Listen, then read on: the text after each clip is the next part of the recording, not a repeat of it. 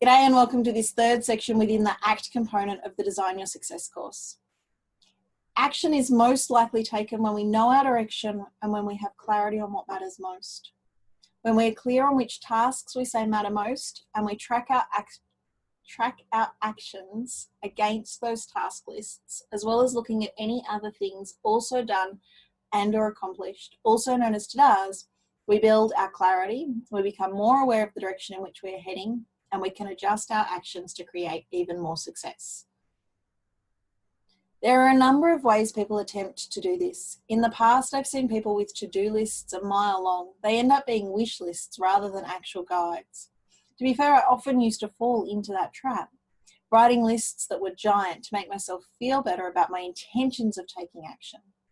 So many people get stuck in the cycle of writing a to-do list and not taking action because the sheer volume and intensity associated with the number of tasks create a state of overwhelm.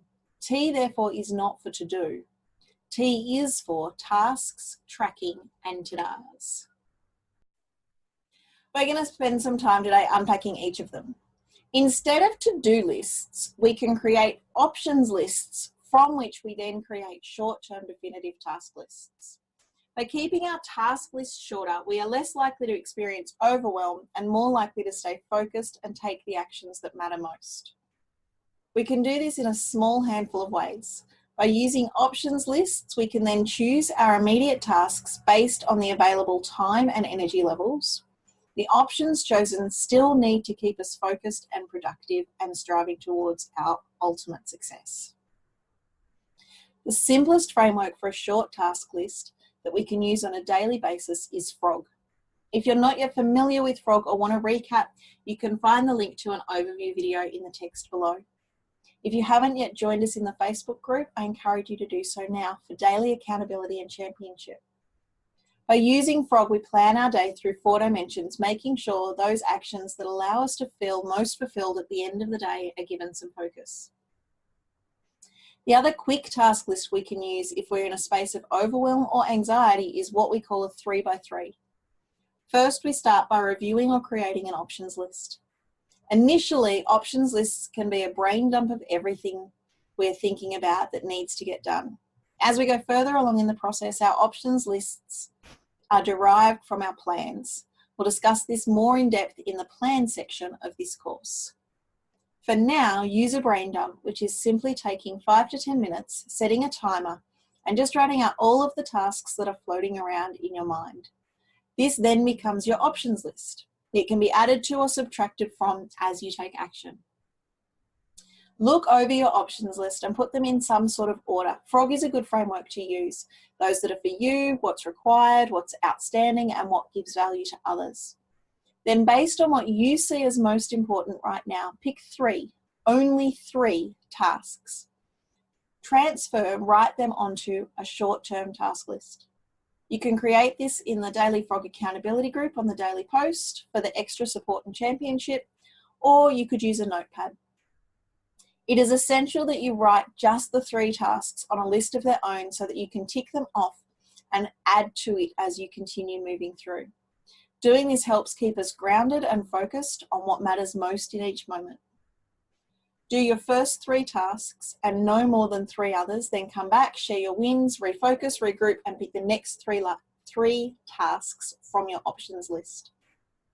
Continue using the 3x3 process until you're feeling calm and grounded, then resume your daily action ritual that you set up in the consistency component of ACT.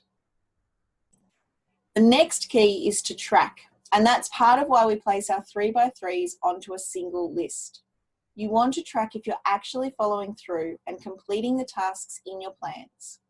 When we write task lists and don't review and reflect on them, making sure we are ticking the things off, we are more likely to fall in the busy trap, doing, and not feeling like we are making progress. When instead we track our actions, we can reflect on what was or wasn't done. One of my mentors says strongly in a lot of the trainings I attend, we measure what matters. We must measure if we follow through on the tasks we set out to do or not.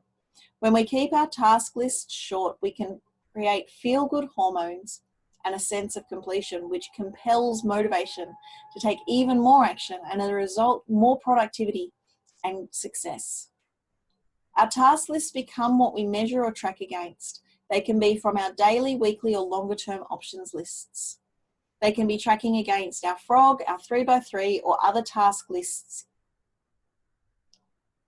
to indicate to us what we are accomplishing and what we may still be ignoring. At a minimum, we want to track if the tasks were completed, are in progress, are being avoided, or were deliberately postponed. As I track against my options list in the Facebook list, I use these symbols, a little celebration icon when I've done a task well, which generally means I've done it with joy. A tick when it was done. A soon with an arrow if I've scheduled it in the next week. A monkey hiding when I've been hiding from or ignoring a task. A notepad and pen when I'm making progress. This is an example from a weekly brain dump, also known as Map It Out Monday or Options List, that I then reviewed on the following Thursday. It's sorted using a couple of the design and planning frameworks. For now, just take a look at the list and you can see that there are some tasks that are completed, some have been done with joy, some that I'm hiding from, some have been scheduled, and some are in progress. The monkey items, those items that I'm hiding from, get scheduled to a later date, transferred to a new options list, delegated or deleted. We'll go into this in more detail in later modules in both designing and planning when choosing how to assess goals and the relevant task lists against our available time, energy, and effort.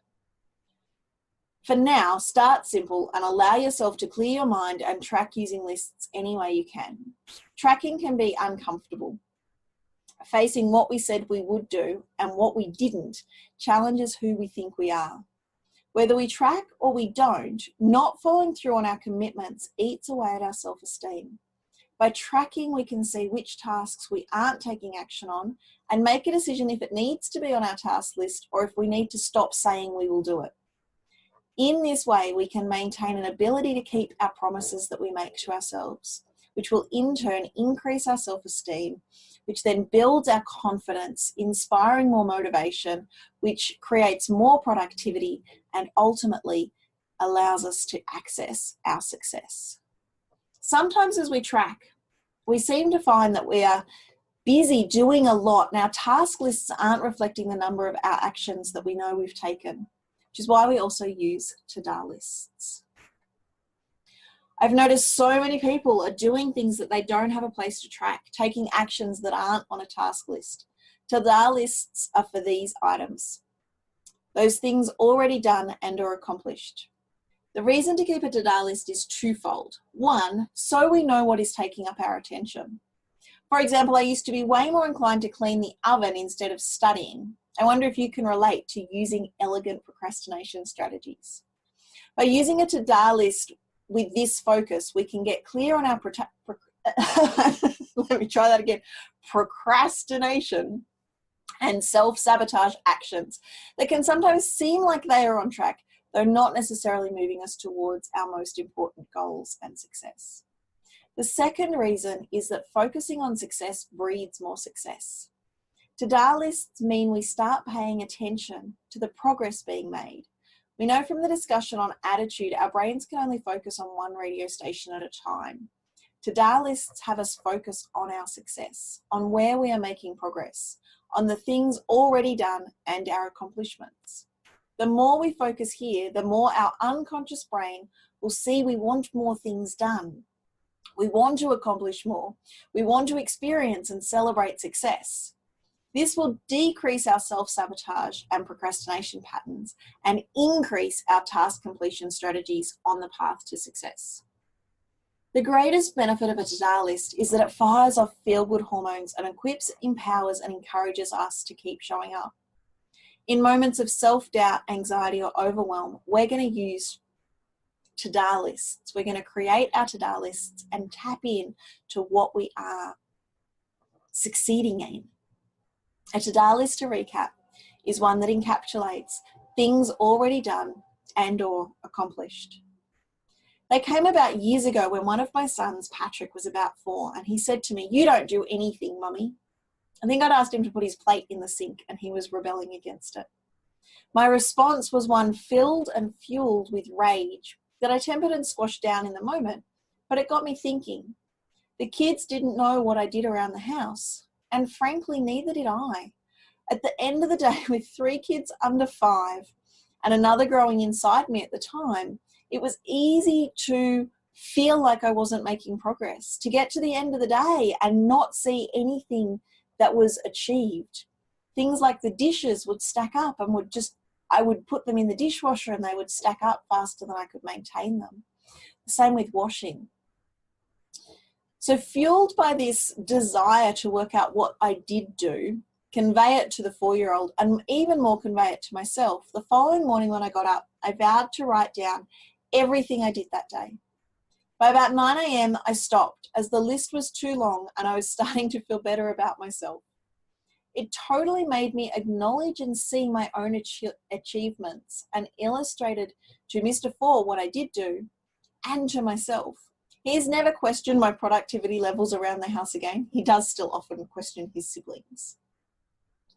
You can see here the scrapbook page that I created with that initial list. We're going to keep it simple today and any other day you choose to, and just write the list in your notebook, planner, or the post in the Facebook group. And you're just going to keep track of the things that you do and what you accomplish. These can be big or small. They can be home-related, business, financial, parenting, any area of your life that you would like to record. I recommend at some point you take your to-do list and compare it against the frog list framework to see if you are giving more to yourself or more to others. If you're doing lots of the things that are required and there's no room for doing something outstanding. If that's the case, perhaps take some time to reflect and reharmonize your actions. Again, we're going to cover this more in the planning and sustainability sections of this course. When we have the list of actions that we have taken, we know where our focus went and we can start to identify the areas in which we might want to grow and also the areas in which we can celebrate ourselves.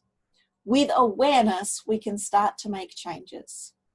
To recap, today we've covered T, and T is for task lists, which are short and simple, derived from our options lists. Tracking, we measure what matters, so if it matters, it must be tracked, and if it doesn't matter, then it doesn't belong on our task lists. And our to-dos, success breeds more success.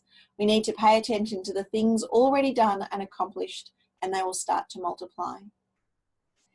I'd love to hear what you learnt. Be sure to come and share in the community, share what you've loved and what you're going to apply from this module. This way we can continue to champion each other and continue on our pathway to success.